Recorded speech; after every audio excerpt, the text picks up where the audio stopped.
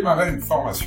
La séquence d'accueil d'une formation est une étape primordiale et va donc présenter plusieurs étapes, que ce soit lors d'une formation en présentiel ou en classe virtuelle. Elle représente les incontournables à mettre en place pour rassurer les participants, créer le groupe, les inciter à s'engager dans la formation. Le temps à y consacrer varie selon les formations, les objectifs et le contexte. Il s'agit d'établir le contrat pédagogique et de créer un climat relationnel favorable à l'apprentissage. La réussite de cette première séquence de la formation conditionne le bon déroulement de la suite. Le formateur utilise cet outil pour structurer et animer la phase de démarrage d'une formation, ce qui permet de répondre également aux 5 peurs du stagiaire qui arrive en formation. Comment bien démarrer une formation? Il faut dans un premier temps arriver à l'avance pour organiser la salle afin d'être entièrement disponible pour accueillir chacun. Une fois que les stagiaires sont installés, le formateur passe aux 7 étapes du démarrage. Première étape, la présentation du formateur.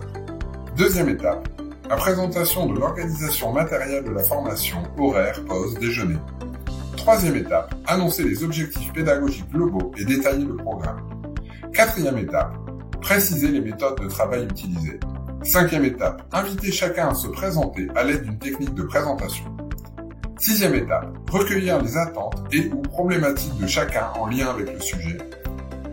Et septième étape, fixer les règles de vie, participation, confidentialité, bienveillance, réactivité et ponctualité.